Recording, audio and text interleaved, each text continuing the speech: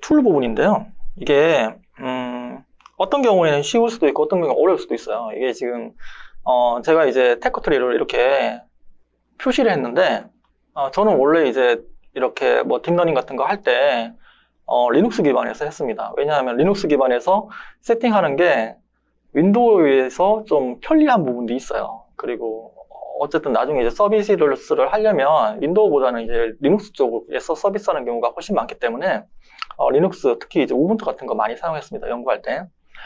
예, 어쨌든 간에 그냥 설치하는 방식은 비슷해요. 제일 처음에 이제 엔비디아 드라이버 설치합니다. 그 다음에 이제 쿠다 버전. 저는 뭐 아무래도 계속 이제 이거 업그레이드되는 버전이기 때문에 최신 버전들이 많이 올라와요. 그럼에도 보수적으로 저는 생각을 하기 때문에 이런 어떤 좀 약간 낮춘 버전 사용합니다. 11.3 같은 거 이제 지금 사용하고 있어요, 저는. 너무 핫하게 올라가 있는 버전 사용하면 그 안에 버그 있을 수도 있습니다. 예, 그리고 상당히 이제 햄이니까 약간 이제 안정적인 버전 사용하시라고 말씀드리고 싶습니다. 그리고 CUDNN이라고 엔비디아에서 같이 제공하고 있는 라이브러리예요. 이 CUDA 병렬 처리를 사용을 한 라이브러리입니다. 이 라이브러리를 또 설치를 합니다. 그리고 이제 파이썬 설치를 하고요. 그 다음에 커맨드 프롬프트 창을 띄워서 거기서 관리자 권한으로 여기 이제 파이썬 프로그램 설치하는 PIP라는 프로그램이 있거든요. 파이썬 설치하면 자동으로 설치가 됩니다, 이게. 예, 거기서 이제 텐서플로우라든지 그 다음에 이제 토치라든지 이런 것들을 하나하나씩 설치를 합니다. 네, 그리고 8번에 보면 PI 프로그램으로 이렇게 이제 그 가상 환경을 만들어 주는데, 가상 환경 만들어 준 다음에 그 다음에 이제 필요한 그 파이썬 패키지 프로그램 설치를 하고 실행을 합니다. 그렇지 않으면 가상 환경이 별도로 안 만들어져 있으면 패키지끼리 그 디펜던시가 있어요. 그래서 이제 꼬여버립니다. 그래서 실행이 제대로 안 돼요. 이게 계속 버그 나오고 에러 납니다. 그래서 항상 가상 환경에서 실행을 하고 진행을 할 겁니다. 그 다음에 이제 VS 코드를 보통 사용을 합니다. 일반적으로 비주얼 스튜디오 코드인데요. 이거 마이크로소프트에서 오픈소스로 그냥 개방을 해줬습니다. 릴리즈했기 때문에 공짜입니다. 이거를 사용을 해서 보통은 개발을 하기 때문에 표시를 해놓은 거고요. 그 다음에 서브라임이라고 그 편집기 있어요. 상당히 편리한 편집기인데 간단하게 뭐 띄워서 편집할 때는 이거 사용합니다.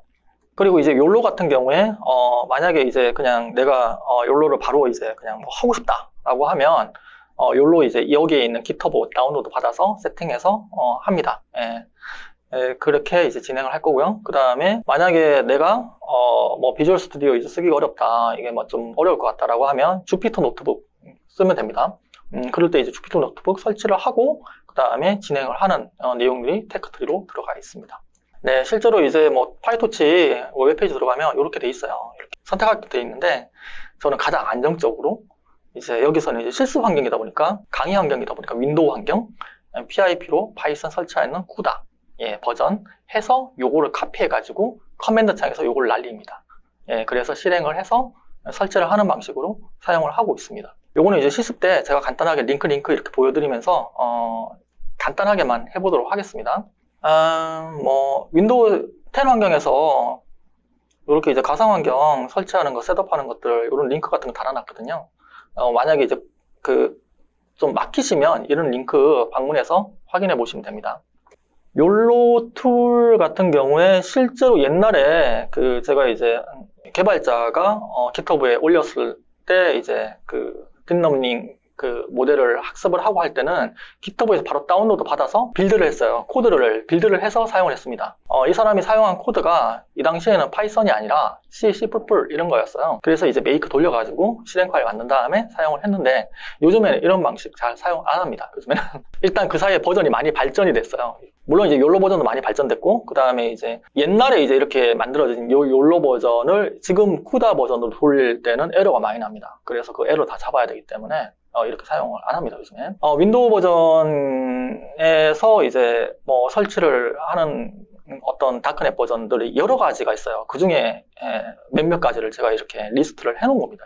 대부분 이런 공개된 욜로 버전들을 참고해서 무언가를 만듭니다. 여기 보면 이제 글렌이라는 이제 이 분이 여기 이제 울트라리스틱이라는 웹사이트 일종의 이제 스타트업이에요. 스타트업을 만들어가지고 욜로5 버전을 제공을 해주고 있습니다. 그래서 여기를 링크를 클릭을 해서 이제 가보시면 상당히 많은 툴이 있고요. 욜로를 뭐 훈련하고 그 다음에 사용하고 그 다음에 어떤 여러 가지 이제 파라미터를 튜닝하기 위한 툴들이 같이 내장이 되어 있습니다.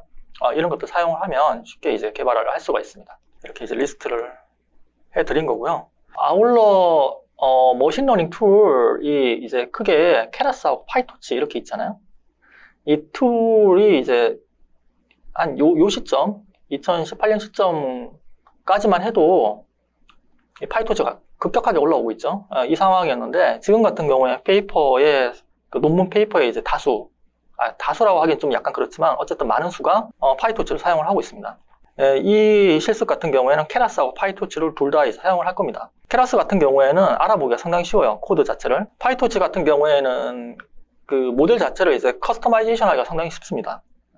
서로 간의 장단점이 다르기 때문에 그런 것들을 좀 사용을 해서 그런 것들 고려를 해서 이제 진행을 할 겁니다. 엔비디아 버전은 이게 이제 드라이버랑 쿠다랑 이 DNA랑 서로 이제 이렇게 궁합이 맞아야 돼요. 그래서 사실 여기에서 잘못 꼬이면 힘들어지는데 그 부분은 제가 이제 실습할 때 간단하게 설명을 드릴 겁니다. 텐서플로우 깔고 케라스 까는 건 크게 어렵지 않습니다. 이 버전만 잘 맞으면. 파이썬 깔면은 이게 파이썬 여러 가지 패키지들이 많이 나와 있거든요. 이 라이브러리가 예를 들면 파이썬 기반으로 뭐 행렬 계산을 하는 라이브러리, 뭐 넘파이 같은 거, 그 다음에 거기에서 뭐 예를 들면 회계식 같은 거 이런 것들이 쉽게 커브 피팅을 한다고 하죠. 개수를 쉽게 찾아낼 수 있어요. 그런 것들을 할 수 있는 라이브러리, 뭐 제가 이제 많이 하고 있는 뭐 3차원 그래픽스 관련된 그런 여러 가지 이제 계산에 관련된 라이브러리 이런 것들을 패키지로 다 제공을 해주고 그 패키지를 쉽게 설치할 수 있는 PIP라는 프로그램을 자동으로 설치를 해줍니다.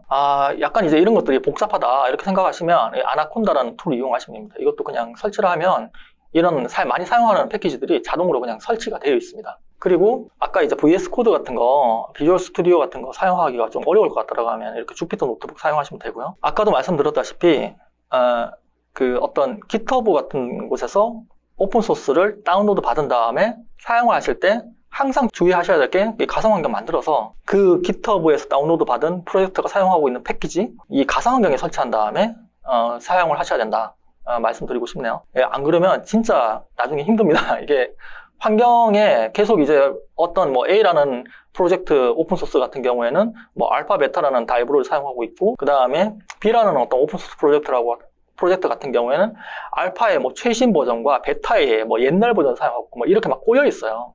그러면 이제 설치를 각각 하다 보면 이게 이제 라이브러리끼리 디펜던시 문제라고 운여성 문제가 발생을 해서 에러가 납니다. 실행이 안 돼요.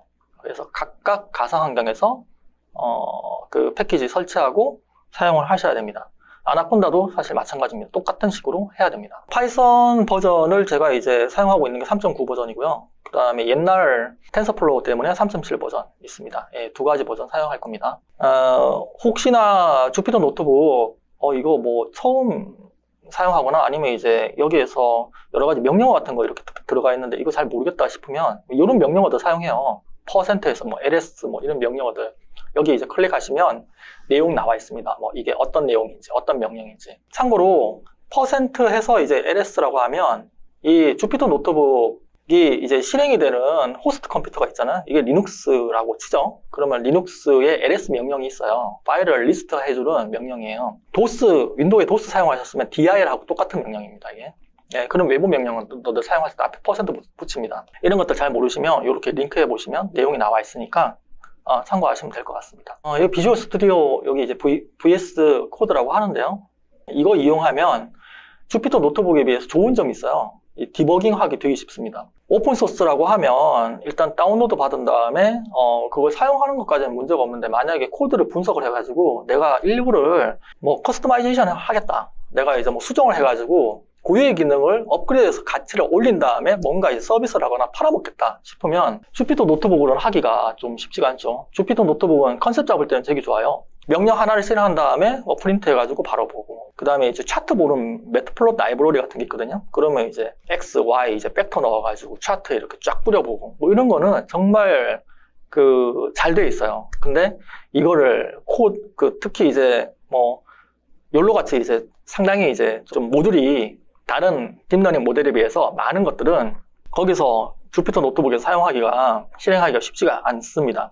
그렇기 때문에 이런 식으로 이제 왼쪽에 소스코드 쭉 나오는 탐색기가 보여지고 클릭한 다음에 편집창 있고, 왼쪽에 이제 이런 그 소스 라인 나오거든. 1, 2, 3, 4 이렇게 나오잖아요. 여기 이제 클릭 누르면 브레이크 포인트라고 잡혀요.